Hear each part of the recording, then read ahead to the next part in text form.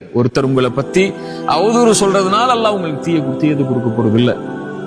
நீங்க செஞ்ச பாவத்தையோ நீங்க செஞ்ச பாவத்தை பத்தி பேசுறதுனாலயோ அல்லது செய்யாத பாவத்தை பத்தி பேசுறதுனாலயோ அல்லாஹ் அவருடைய வார்த்தைகளை கொண்டெல்லாம் யாரையும் கணக்கிட போறது இல்ல.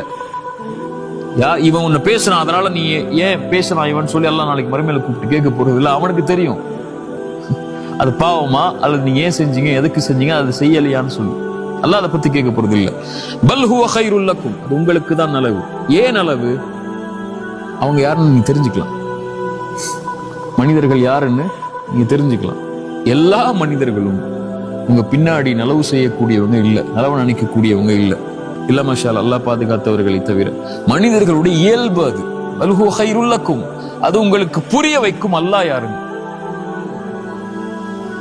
உங்க உடன் இருக்கக்கூடியவர்கள் கூட உங்களை பத்தி தப்பா பேசலாம், உங்க கூட பிறந்த தம்பி பேசலாம், மனைவி பேசலாம், உங்க குழந்தைகள் பேசலாம், உங்களோட தாய் தந்தை கூட பேசலாம். உங்களுக்கு அது புரிய வைக்கும். இதான் யதார்த்தம், இதான் வாழ்க்கை. உங்களுக்கு அல்லாஹ் மட்டும்தான் தீர்வு. உலகத்துல எல்லா மனிதர்களுடைய இயல்பும் அதுதான். மனிதனா பிறந்தவனே குறைவுபட்டவன் தான் இதுல. பல் ஹுவ கைருல் லக்கும் லிகுல்லி இம்ரிஇன் மின்ஹும் மக்தஸப மினல் இஸ்ம். அவங்க செஞ்ச பாவம் என்னவோ அதை அவங்க பெற்றுதான் தீர்வு.